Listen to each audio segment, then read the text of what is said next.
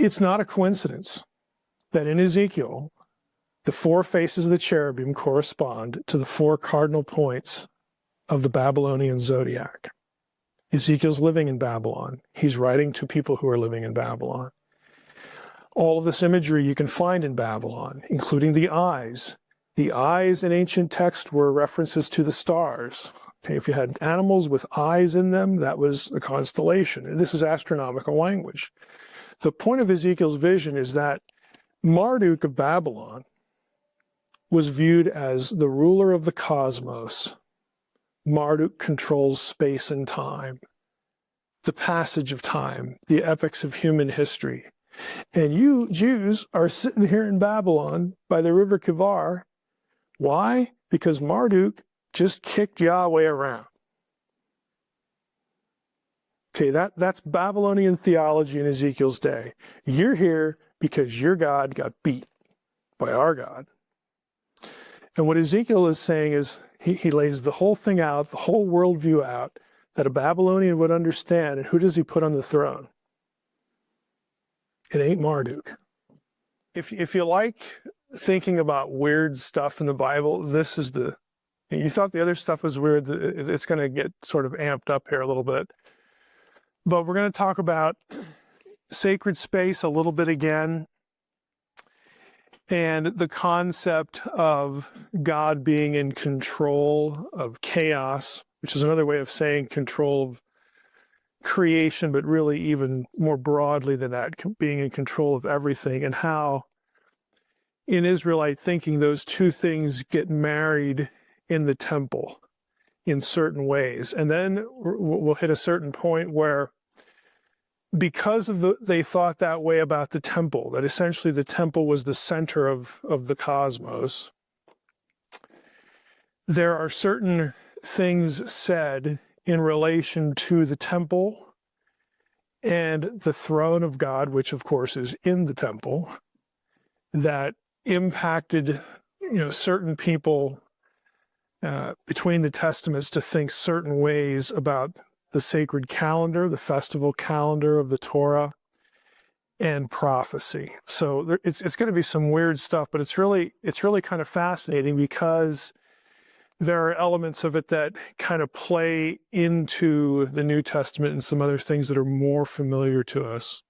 But this is sort of a free-for-all tonight, but it's just some kind of interesting stuff. Now, I had this slide up before when we talked about sacred space and about to sort of wrap your head around the way they looked at their Bible. In a number of places, you have to be thinking mythically.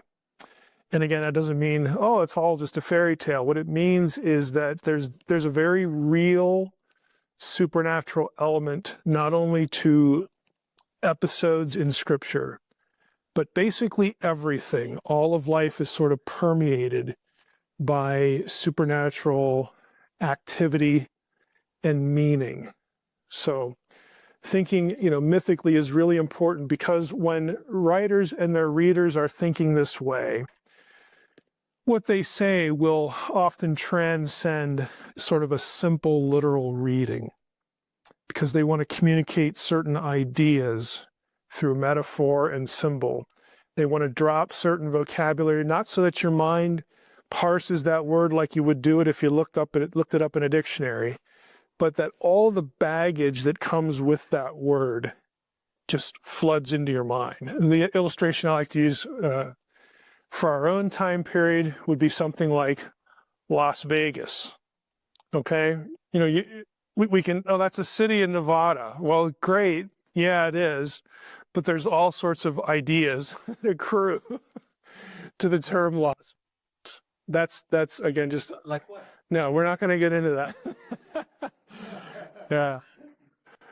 But there are terms, there are places, there are people, there are institutions, even events in Scripture that when you brought them into a narrative, you did so not just so that somebody could sort of, oh yeah, I could, it takes like 2 hours to get there, like this literalistic feel, but you would be thinking about the place's history and all the stuff associated with it. Again, that has some real impact again on thinking mythically.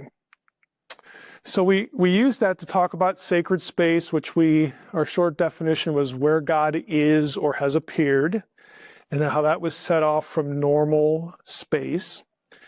A couple of new elements here. Where God is, by definition, is where there is peace, order, justice, which again, the Hebrew term for that is shalom. Really, all of that is shalom.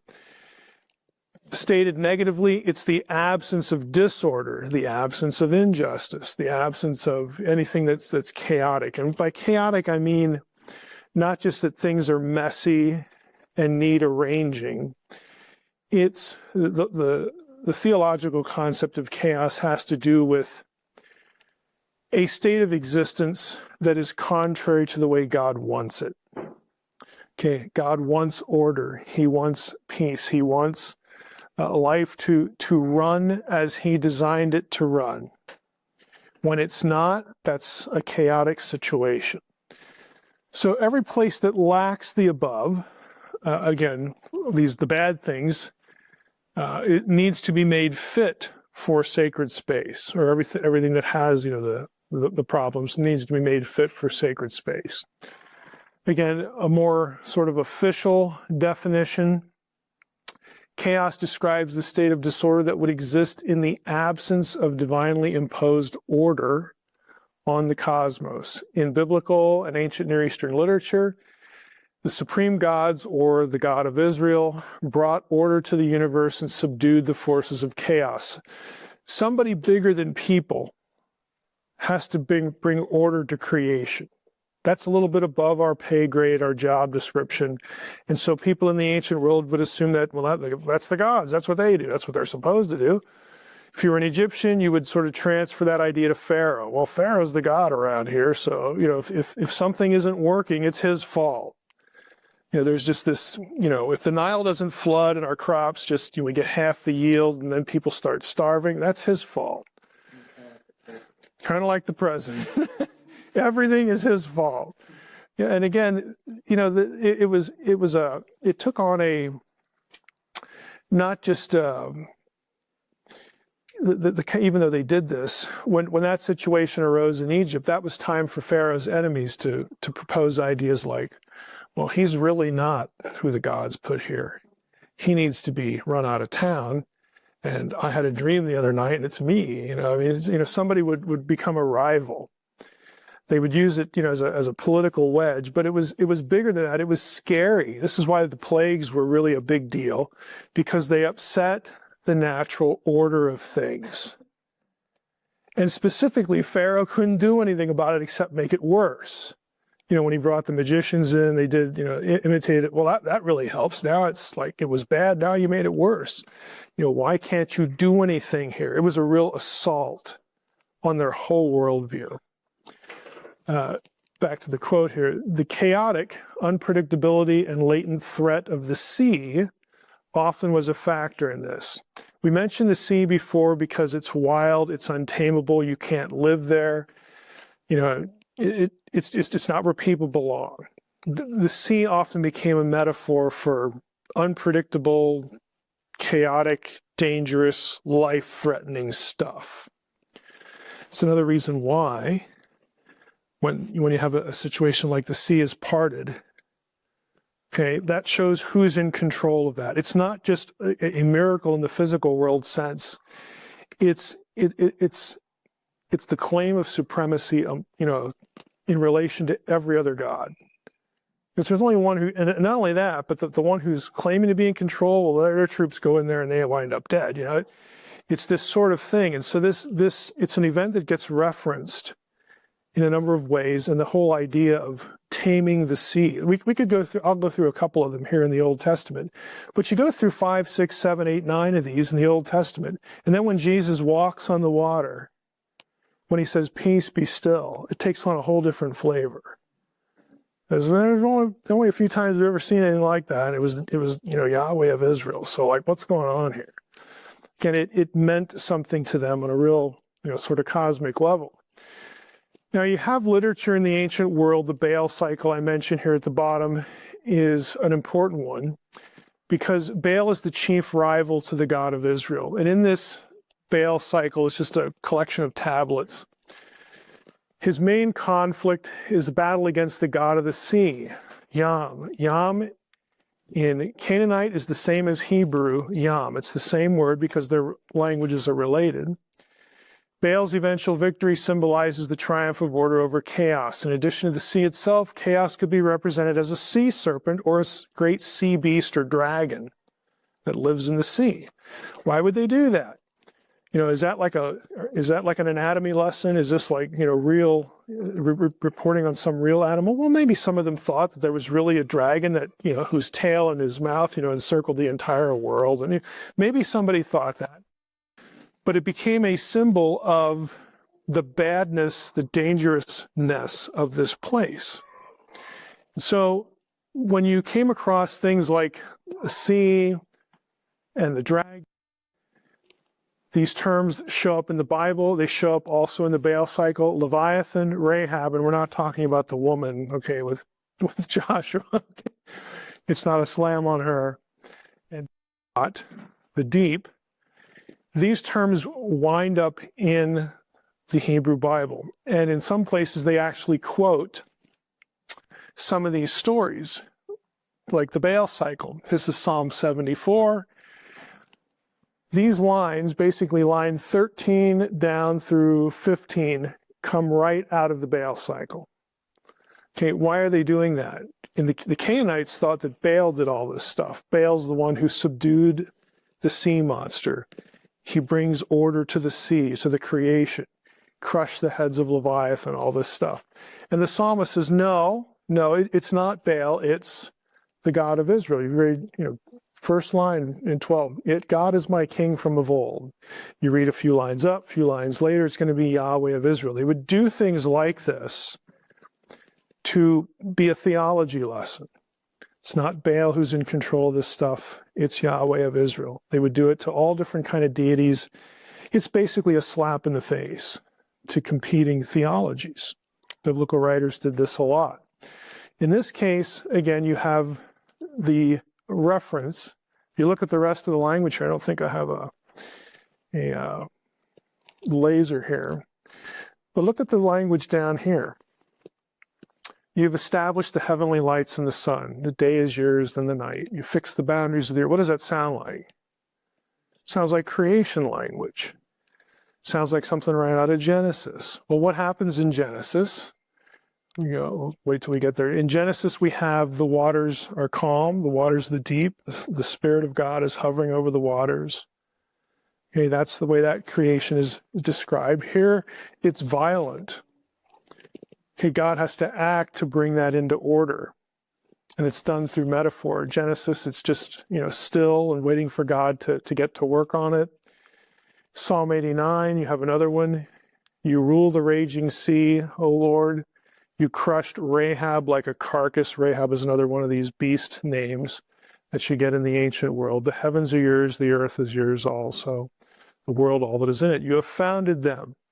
Creation for an Israelite was not just the story of, well, you know, we don't really understand this, but 2,000 years later, there's going to be this guy named Darwin that this is going to really kick in the butt. Okay. That's the way we think of creation stories, because we have a problem, like an evolutionary worldview or something like that. We'll take the accounts and start thinking about the things that our culture forces us to think about. What they were thinking about is, we need someone bigger than us to make us a habitable world and to make it livable. It has to be orderly, or else we're going to die. We're at the mercy of nature. Somebody has to control that and keep it under control. And that was how they thought about creation, which is why they set the bringing about of creation in weird language like slaying a sea monster. Like, that just sounds so odd to our ear. Psalm 74, why would you associate creation with killing Leviathan? I didn't read that in Genesis. No, you didn't. It's just sort of already happened in Genesis. Psalm 89, crushing Rahab like a carcass. And the earth is yours, the heaven is yours. You have founded them. Well, yeah, no kidding. But why describe it this way? The reason they described it this way is they're trying to teach the idea of where God is, there is order. God is the one in control of all order. He's the one that keeps us from being exterminated by creation, essentially. Now, all of that, we're leading up to something here. You get the same language here. You get the dragon, Rahab. Was it not you who cut Rahab in pieces, who pierced the dragon? Was it not you who dried up the sea, Yam, the waters of the great deep, Tehom? That's Genesis language. Who made the depths of the sea a way for the redeemed to pass over? Again, God in control of the chaotic forces that would try to exterminate Israel. All this language is deliberate. Here's our Genesis reference. In the beginning, very familiar. Darkness was over the face of the deep, Tehom, Spirit of God hovering over the face of the waters. And God saw at the end, everything was very good. There was evening and morning, and that was the sixth day. Okay, very good, Tov Ma'od, is not the word for perfect in Hebrew. That's Taming. This is an entry from a Hebrew lexicon. Highlight if you care to look it up. But the point is that when you get to the Eden story, Eden, like I said 2 weeks ago, Eden was a place that had specific geography. It wasn't the whole world. It was the place where God was. It was the model for what life could be. Everywhere else was uncertain. All that other stuff, it was very good. God had, brought the forces of chaos sort of under restraint, under control. But man, it could just erupt at any point. We could have, storms. We could have earthquakes. We could have all these natural forces kill us off. And so, when God goes and creates Eden, puts Adam and Eve in the garden, He commissions them to subdue the earth and fill it. Okay. Yes, they're supposed to work in the garden and maintain that, but they're supposed to multiply and go out and bring the rest of the world into a state like this, like Eden. That was their job, so that God's presence, His control, His rule would spread over the earth among people and everywhere that they were at. That's the vision. That's the original vision for humanity, for human life in God's world. Trusting that God, as you obey Him, that He will bless you and bring order to your world. It's a very simple set of ideas. Now, the fall, of course, brings an end to that. There's an eruption of chaos. Eden is no more, which is why sacred space from that point forward has to sort of get a toehold somewhere. God doesn't give up on the plan. He doesn't annihilate humanity. He doesn't eliminate everything and just say that was a terrible idea. Of course, God really can't do that if He's omniscient. Okay. God anticipates these things. We know this about the plan of redemption, the whole bit. But from that point on, it's God trying to maintain His promise, His plan, to work with humans to sort of start the ball rolling again. And it happens in different stories, God trying to do this. He enters into covenants with people. He creates Israel out of nothing. First it's trying to work with humanity as a whole. That, works until you get to Babel. After Babel, you have God saying, okay, I'm going to call this one guy, Abraham. I'm going to start my own people through him. That's why in the story there are direct parallels between Abraham's life and Adam's life, between the history of Israel and the history of Adam. You're supposed to think about both of them at the same time. God's trying to do the same thing. That's why you have the tabernacle. Looks like Eden. That's why the temple reminds me of Eden. We talked about this 2 weeks ago. All of this is deliberate planning, deliberate messaging. And tonight, I want to sort of focus on how they thought about sort of it's not the final installment, but for an Israelite, what they thought was the final installment of God returning to earth restoring his presence, and then everything would sort of mushroom out, would blossom out in theory, and the Lord would return to earth and rule the earth. And that was Jerusalem. That was Mount Zion. This was now the sacred mount. It wasn't Sinai anymore. It's not Eden. Eden, of course, is also called a mountain in Ezekiel 28, not just a garden. It's none of these other places where God appeared, did things, said things. We are finally in the land that God chose, that God promised for the people that he chose and created. We're finally in there. We finally have a king, okay, the man after God's own heart, again, this template kind of guy. And we have a temple. So everything's supposed to be wonderful now. We know the rest of the story and how it turned out. But the way they thought about the temple, even here you have Ezekiel 38. Ezekiel, of course, is writing when the temple's about to be destroyed. And he's telling them why this is going to happen. But the way they thought about this place, about Zion and the temple, is where I want to camp sort of the rest of the night, because it's interesting, it's kind of bizarre. Very foreign to us, which I think is why it's interesting, because we just don't think on these terms. But as far as Jerusalem, in Ezekiel 38:12, Jerusalem is described as the center of the earth. Now, like if you did your surveying measurements and all this stuff, is that really literally how it's going to work out? No. Well, there's an error. The biblical writer must have flunked geography or math or stuff. So look, the center of the earth, again, it has nothing to do with literal math and geography. The whole point is that it's the center of God's activity. It's the place from which he is now going to fulfill his original plan, fulfill his covenants, all these things. It's the headquarters. It's the beachhead. It's the nerve center. Think of it that way, and you'll get the point. Of course, the center of Jerusalem was the temple. That was where everything focused on. It's where the presence of God was. Now, we looked at this a couple weeks ago, and I mentioned that, hey, if you compare the pictures, tabernacle, temple, there are some differences. And the differences are kind of strange in some respects. We're not going to hit all of them, but you've got two pillars here, Yakin and Boaz, which, if you're familiar with like the Freemasons, man, they make a lot of hay out of that, the two pillars there. But I want to focus on number two and number one. Number two is the bronze sea, and number one is the bronze altar. Now, the altar is just a bigger version of the one in the tabernacle, but you don't have this in the tabernacle. Okay, that's because it's going to signify something new, or not new like it's never been thought of before, but in a new way.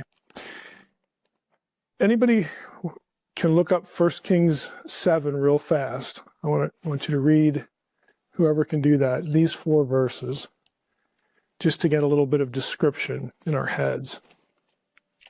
And this is not a devotional passage. This is not one of those, I memorized this, in college. 1 Kings 7, 23 through 26. Made the sea of cast bronze. Yeah, that's this. From one brim to the other, the one lot. Yep. It was completely round. Its height was 5 cubits, and a line of 30 cubits measured circumference. Below its brim were ornamental buds encircling it all around, 10 to a cubit, all the way around the sea. The ornamental buds were cast in 2 rows when it was cast. It stood on 12 oxen, 3 looking toward the north, 3 looking toward the west, 3 looking toward the south, 3 looking toward the east.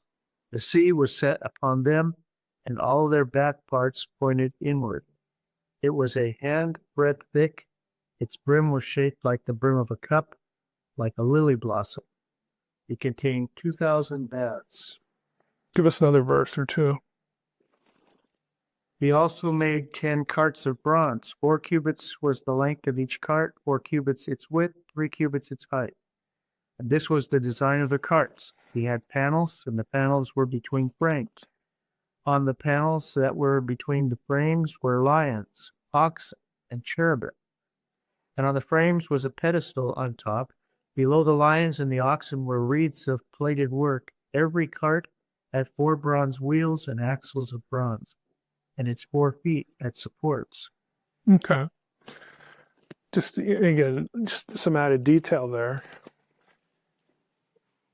What do those things? I mean, just a little bit of a. We have plant ornaments. We've got, I want to say lions and tigers and bears, but we've got the animals there. We've got the cherubim. Anything coming to mind? Okay. It's this wilderness, again, the wild, Garden of Eden, the cherubim and all that kind of stuff. You've got 12 oxen. You got 4 groups of 3. They're all pointing in different directions. You've got these stands that the thing is on with wheels. Okay. Makes you think of Eden. What else would it might make you think of? It's going to come a little bit later. If I say cherubim and wheels. Ezekiel, yeah. Okay, just hold that thought. Again, it's sort of a menagerie. And what's interesting about it, we want to focus on, we're going to focus on a couple things. It's already in, when you go into the temple proper, you're going to have the giant cherubim there. You're going to have, all the decorations of the garden and again, the wildlife and all this sort of stuff we talked about. This sort of brings some of that outside, and you've got a sea. It's called the Sea of Bronze. Now, Myers in her Anchor Bible Dictionary article says this. Just pull out a few excerpts here. It's really big. In fact, the amount of water in this is a lot more than you would ever need for washing. Okay, even if you were pig pen, I mean, it's huge. She says, just as spectacular as the size of the Sea of Bronze was its ornamentation. Under its rim was a series of cast decorations, 2 rows of gourds. The rim or the brim itself was made of lily work. Most amazing of all was the way it was supported on 4 sets of bronze oxen, with 3 oxen in each set. Each faced the direction of the compass.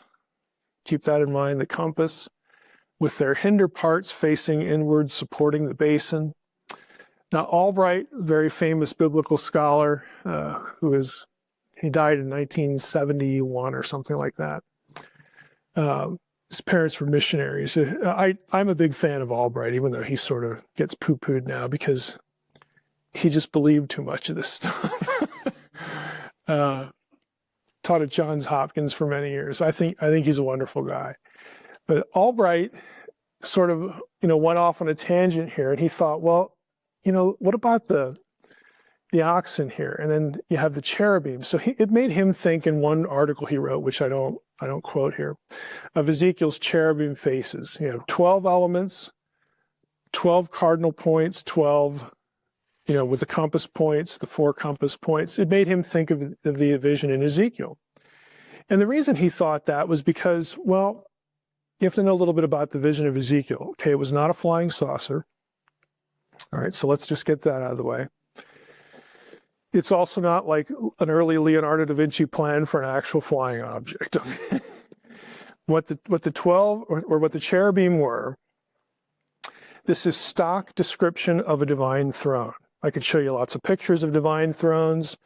They are on oxen. The oxen will have wings. They'll have the different faces. Okay, this is what a royal throne looked like.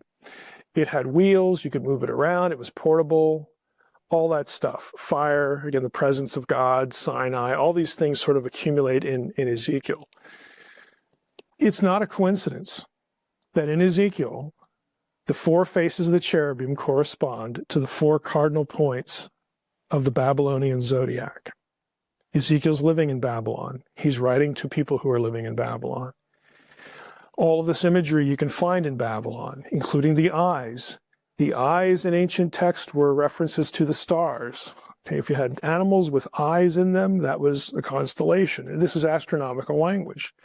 The point of Ezekiel's vision is that Marduk of Babylon was viewed as the ruler of the cosmos. Marduk controls space and time, the passage of time, the epochs of human history. And you Jews are sitting here in Babylon by the river Kivar. Why? Because Marduk just kicked Yahweh around. Okay, that's Babylonian theology in Ezekiel's day. You're here because your God got beat by our God. And what Ezekiel is saying is he lays the whole thing out, the whole worldview out, that a Babylonian would understand. And who does he put on the throne? It ain't Marduk. Marduk isn't there. Okay. The whole point is that, yep, we're here in Babylon, but the God of Israel is still on the throne.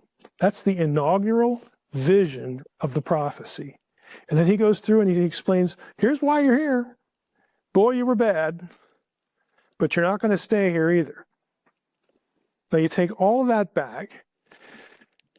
The astronomical imagery in the pointing to all 4 points of the compass telegraphs who is in control of the heavens. Why are the heavens important? Because the heavens are how you measure time.